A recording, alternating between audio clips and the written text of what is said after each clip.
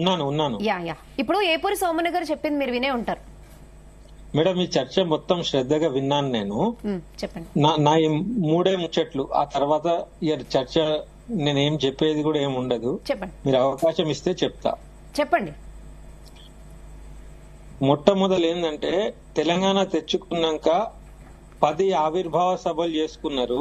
ఏ ఒక్క ఆవిర్భావ సభలో కూడా ఈ పాట గురించి గాని దీని గురించి గాని గత ప్రభుత్వం ఎప్పుడో చేసి ఉంటే ఈ పంచాయతీ ఉండేది కాదు.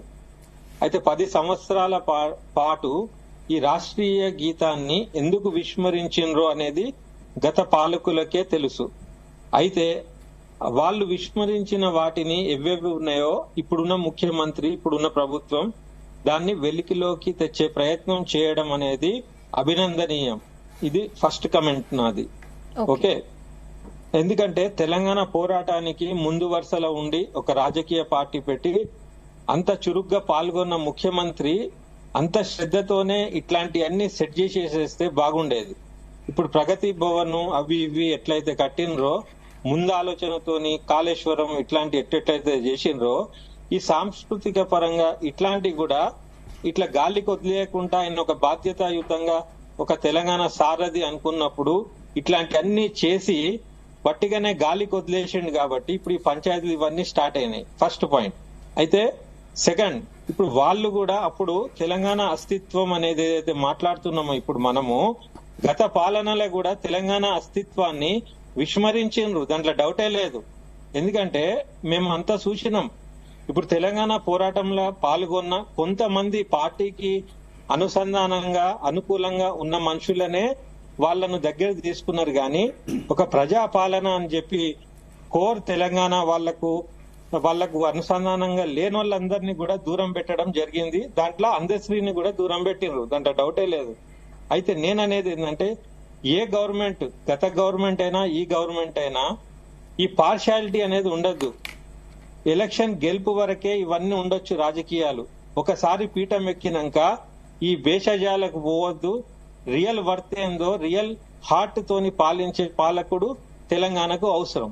అయితే ఇప్పుడు వచ్చిన ముఖ్యమంత్రి వచ్చి కొన్ని రోజులే అవుతుంది, మనం ఏం కమెంట్స్ కూడా చేయడానికి ఏం లేదు. కానీ ఆయనకు ఉన్న పరిమితులలో, ఆయనకున్న నాలెడ్జ్ లో గద్దరన్న అనేటైనను గద్దర్ అవార్డు అనడమో, లేకుంటే ఈ రాష్ట్రీయ గీతాన్ని బయటికి తెచ్చే ప్రయత్నం చేయడమో, ఇట్లాంటి ప్రయత్నాలను మనం అభినందించి తీరాల్సిందే.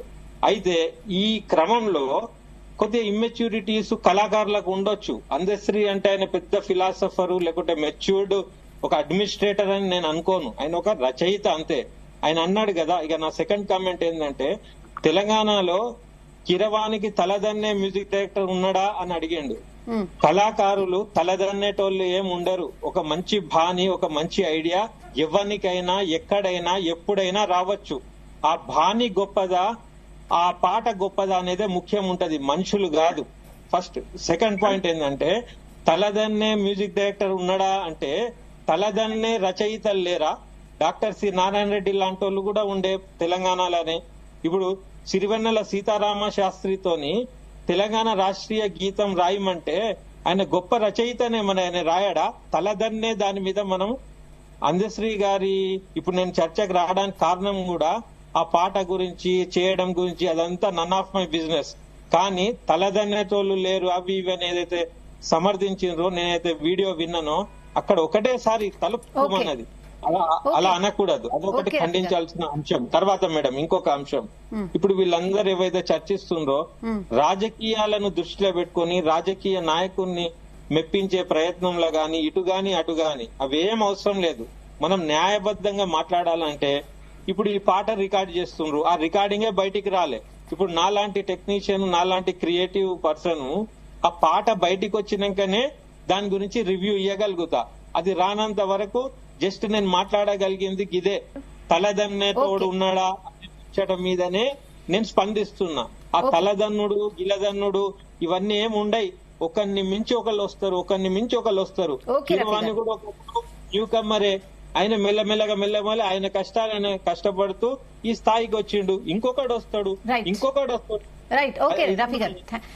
ఆర్టిస్ట్ గా మేడం 1 minute, ఒక ఆర్టిస్ట్ గా నాకు తెలిసిన అనుభవంతో నేనేమంటున్నా అంటే, తలదన్నేటోడు అనేటోడు ఎవ్వడు ఉండడు. గేయ రచయిత ఉండడు, మ్యూజిక్ డైరెక్టర్ ఉండడు. అది ఫ్రీడమ్ ఉంటది. తరతరాలుగా ఎంతో మంది వస్తూ ఉంటారు, కాలగర్భంలో కలుస్తూనే ఉంటారు, వెళ్తూనే ఉంటారు. ఇప్పుడు ఉన్న సందర్భంలో ఆ పాట లిటరేచర్ బాగుంది, ఓకే గుడ్. అయితే మా పిల్లలు ఏమంటున్నారంటే, మా తెలంగాణలో మేము అందరం ఉన్నాం కదా, మేము కంపోజ్ చేయమా?